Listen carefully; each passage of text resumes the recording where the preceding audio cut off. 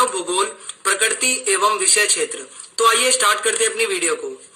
तो सबसे पहले मैं आपको कुछ बातें बता दूं कि इस अध्याय में हम पढ़ने वाले हैं मनुष्य और प्रकृति के बीच क्या संबंध है, जो इंसान है और जो प्रकृति है उसका आपस में क्या नाता है, क्या उनका रिश्ता है और क्या उनके बीच संबंध है, कैसे संबंध रहे हैं अतीत में और कैसे आज संबंध है, वो हम पढ़ेंगे।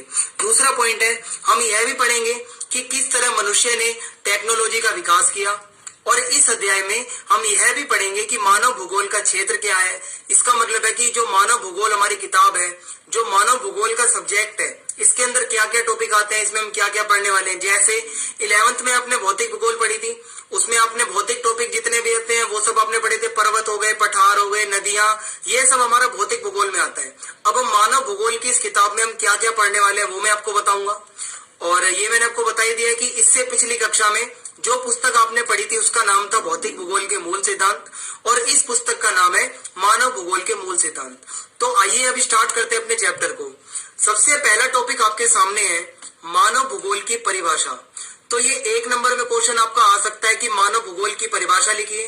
तो इसकी परिभाषा इस प्रकार है कि मानव भूगोल मानव तथा प्रकृति के बीच के संबंधों का अध्ययन है। नॉर्मल सी बात है, अगर आपसे कोई पूछता है कि मानव भूगोल क्या होता है तो आपको बताना है जो इंसान है और जो प्रकृति है उसके बीच जो संबंध होते हैं उसको जब हम पढ़ते हैं तो वही मानव भूगोल होता है। ठीक है, तो आपको ये इसकी परिभाषा याद रखनी है, 1 लाइन की है। और इसकी दूसरी परिभाषा भी मैंने नीचे लिखी है, ये है मानव भूगोल अस्थिर पृथ्वी और क्रियाशील मानव के बीच संबंधों का अध्ययन है। तो आपको ज्यादा कंफ्यूज नहीं होना है, इन दोनों में से जो आपको याद हो आप वो वहां पर अपने आंसर में लिख सकते हैं। और इसका नॉर्मल सा अर्थ यही निकलता है, जो इंसान है और जो प्रकृति है उसके बीच जो संबंध होते हैं जब हम उनका अध्ययन करते हैं तो उसको हम कहते हैं मानव भूगोल। दूसरा टॉपिक है मानव भूगोल के क्षेत्र। अब मानव भूगोल के अंदर हम क्या क्या पढ़ने वाले हैं, इस पूरी किताब में हम क्या पढ़ेंगे, मानव भूगोल के क्या क्या टॉपिक्स होते हैं। तो पहला तो टॉपिक होता है नगरीय भूगोल, इसमें हम पढ़ते हैं जनसंख्या भूगोल, आर्थिक भूगोल, राजनीतिक भूगोल, आवासीय भूगोल, सामाजिक भूगोल। ये सारे टॉपिक हैं जो मानव भूगोल के अंदर, जो ये मानव भूगोल का सब्जेक्ट होता है इसके अंदर कवर किए जाते हैं। तो ये अगर आपसे पेपर में पूछा जाता है कि मानव भूगोल के क्षेत्र बताइए तो आप ये सब उसमें लिख सकते हैं। वैसे ये क्वेश्चन बहुत रेयरली पूछा जाता है। और मानव भूगोल के अगर उप क्षेत्र पूछे जाए छोटे स्तर पर तो वो है संसाधन भूगोल। जैसे इस पूरी किताब में हम पढ़ने वाले संसाधनों के बारे में भी पढ़ेंगे। और कृषि भूगोल, उद्योग भूगोल, व्यापार भूगोल, पर्यटन भूगोल, पर्यटन का मतलब होता है घूमना फिरना, ठीक है, जिसमें और फिर ये व्यापार भूगोल ये भी हम पढ़ेंगे इस किताब में, व्यापार के बारे में पढ़ेंगे। और हम उद्योगों के बारे में पढ़ने वाले हैं और कृषि के बारे में भी हम पढ़ेंगे इस पूरी किताब में और संसाधनों के बारे में पढ़ेंगे। तो ये होते हैं मानव भूगोल के उप क्षेत्र। अब जो सबसे इंपॉर्टेंट आपके सामने हेडिंग है, ये मोस्ट रिपीटेड क्वेश्चन रहा है सीबीएसई एग्जाम्स में कि भौगोलिक विचारधाराएं। ये जो भौगोलिक विचारधाराएं होती हैं ये 3 प्रकार की होती हैं। पहले मैं आपको शुरुआती 2 विचारधाराएं बताता हूँ। तो एक तो है नियतिवादी विचारधारा और दूसरी होती है संभववाद विचारधारा। आप ये सामने फोटो देख सकते हैं, ये आदि मानव है और ये आज का आधुनिक फोटो है टेक्नोलॉजी जिसपे लिखा हुआ है। अब मैं आपको इसको डीपली समझाने वाला हूँ। सबसे पहले तो मैं आपको बता दूं कि भौगोलिक विचारधारा, ये जो आपके सामने शब्द मैंने लिखा है इसका मतलब क्या होता है। तो इसका मतलब ये होता है कि भूगोल में बहुत सारे वैज्ञानिक हुए हैं। हम सब जानते हैं कि जैसे साइंस के अंदर साइंटिस्ट होते हैं वैसे जो भूगोल के अंदर भी बहुत सारे वैज्ञानिक होते हैं जिसे हम भूगोलविद कहते हैं। तो भूगोल में बहुत सारे वैज्ञानिक हुए हैं और उन्होंने प्रकृति और मनुष्य के संबंधों के बारे में अपने अपने विचार प्रकट किए हैं और जो विचार उनके द्वारा प्रकट किए गए हैं उन्हीं को हम कहते हैं भौगोलिक विचारधारा। ठीक है, जैसे एक कोई वैज्ञानिक है, उसने बताया कि जो मनुष्य और प्रकृति के बीच क्या संबंध है, उसने अपने हिसाब से बताया तो ये उसकी भौगोलिक विचारधारा होगी। अब अगर दूसरा वैज्ञानिक अपने हिसाब से बताता है संबंधों को तो वो उस वैज्ञानिक की विचारधारा होगी। तो ठीक इसी प्रकार आपको ये परिभाषा याद रखनी है कि भूगोल में बहुत सारे वैज्ञानिक हुए हैं और उन्होंने प्रकृति और मनुष्य के संबंधों के बारे में अपने अपने विचार प्रकट किए हैं और इन्हीं विचारों को हम कहते हैं भौगोलिक विचारधारा। अब जो ये भौगोलिक विचारधाराएं हमें पढ़नी है कितने प्रकार की होती हैं, नियतिवादी, संभववादी और नवनिश्चयवाद। ये 3 प्रकार की भौगोलिक विचारधाराएं हैं और ये तीनों अलग अलग वैज्ञानिकों ने अपने विचार दिए हैं कि मनुष्य और प्रकृति जो है उनके बीच कैसे संबंध है, क्या अच्छे संबंध है या बुरे संबंध है, ये आप पढ़ेंगे हर किसी की विशेषताओं के अंदर। तो आइए स्टार्ट करते हैं। सबसे पहले जो आपके सामने है नियतिवादी विचारधारा, जिसे हम कहते हैं निश्चयवाद विचारधारा भी।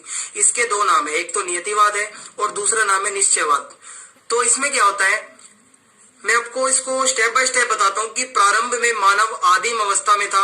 जैसे आपके सामने फोटो है, जब आदि मानव था कुछ इस तरीके से दिखता था और वो प्रकृति के अनुसार खुद को ढालता था। अगर उदाहरण लें हम आज का, तो आज का जो मनुष्य क्या वो प्रकृति के अनुसार खुद को डालता है? ऐसा बिल्कुल नहीं है। जो आदि मानव था, अगर बारिश होती थी तो वो बारिश से छिपता था, ठीक है, वो बारिश का सामना नहीं कर सकता था। लेकिन अगर आज के टाइम पे बारिश होती है तो हमारे पास छाता है, हमने जो छतरी का इन्वेंशन किया है और हम बारिश से बच सकते हैं। अगर पहले के जमाने में जो आदिम अवस्था में, जब मनुष्य आदिम अवस्था में था, आदि मानव था, तब अगर तेज गर्मी पड़ती थी तो उसको वो गर्मी सहन करनी पड़ती थी। लेकिन आज के समय में मनुष्य ने अपने को बदल दिया है।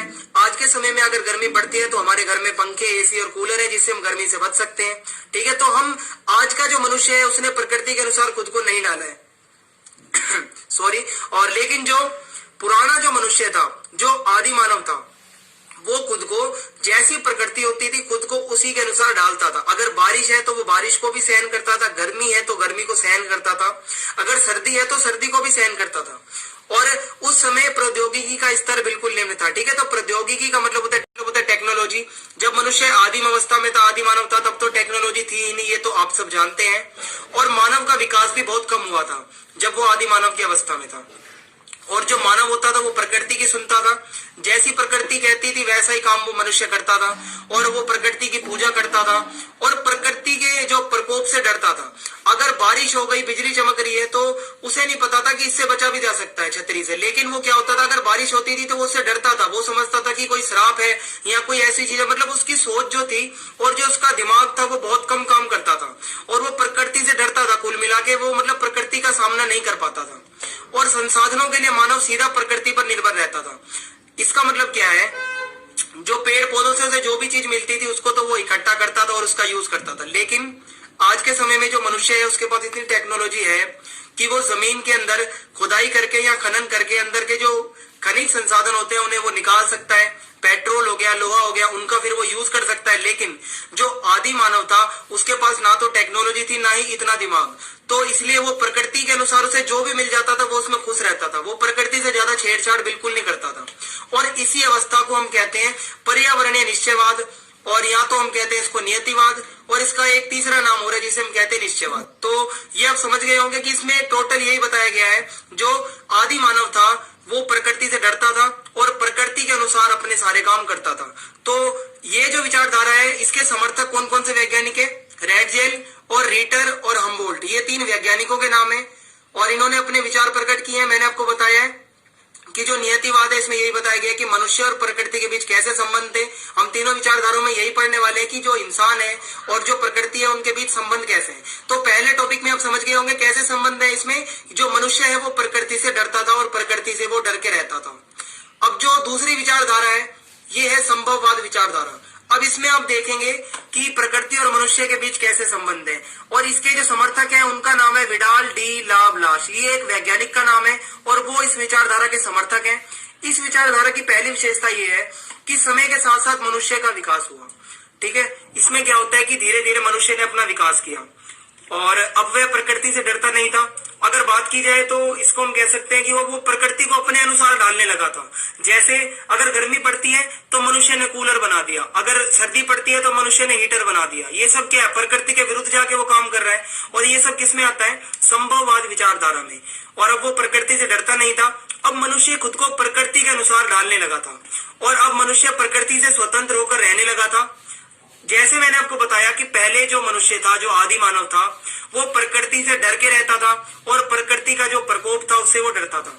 लेकिन आज का जो मनुष्य है वो क्या होता है कि प्रकृति से स्वतंत्र है, वो कुछ भी कर सकता है, वो कितने भी उद्योग लगा सकता है और कितना भी धुआं फैला सकता है, कितना भी प्रदूषण कर सकता है, क्योंकि उसने अपना विकास कर लिया और अब उसको रोकने वाला कोई नहीं है। लेकिन जो पहले का आदि मानव था उसमें इतना दिमाग नहीं था कि वो उद्योग लगाए या वो कार चलाए, इसलिए जो प्रकृति थी उस पर हावी थी। लेकिन आज का जो मनुष्य है उसने सारे काम प्रकृति के विरुद्ध जाके कर दिए, जिससे जो मनुष्य का जो महत्व है वो प्रकृति से ज्यादा हो गया है और प्रकृति मनुष्य के सामने फीकी पड़ गई है।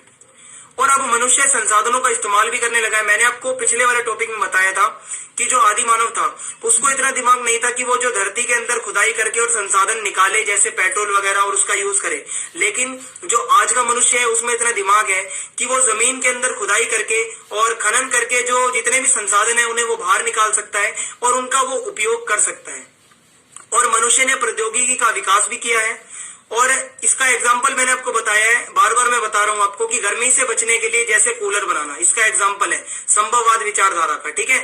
और अगर बात की जाए निश्चयवाद विचारधारा जो मैंने आपको इससे पहले बताई थी, उसका एग्जाम्पल आप लिख सकते हैं कि अगर कभी पहले के जमाने में जो आदि मानव रहते थे, जब बारिश होती थी, ठीक है, तो ऐसा माना जाता था कि ये मतलब इंद्र देवता का प्रकोप है या कुछ ऐसा, ठीक है। लेकिन आज के समय में अगर बारिश होती है तो हमारे पास छाता है, अगर गर्मी पड़ती है तो हमारे पास कूलर है और अगर सर्दी पड़ती है तो हमारे पास हीटर है। मतलब हम पूरी तरीके से प्रकृति का सामना कर सकते हैं।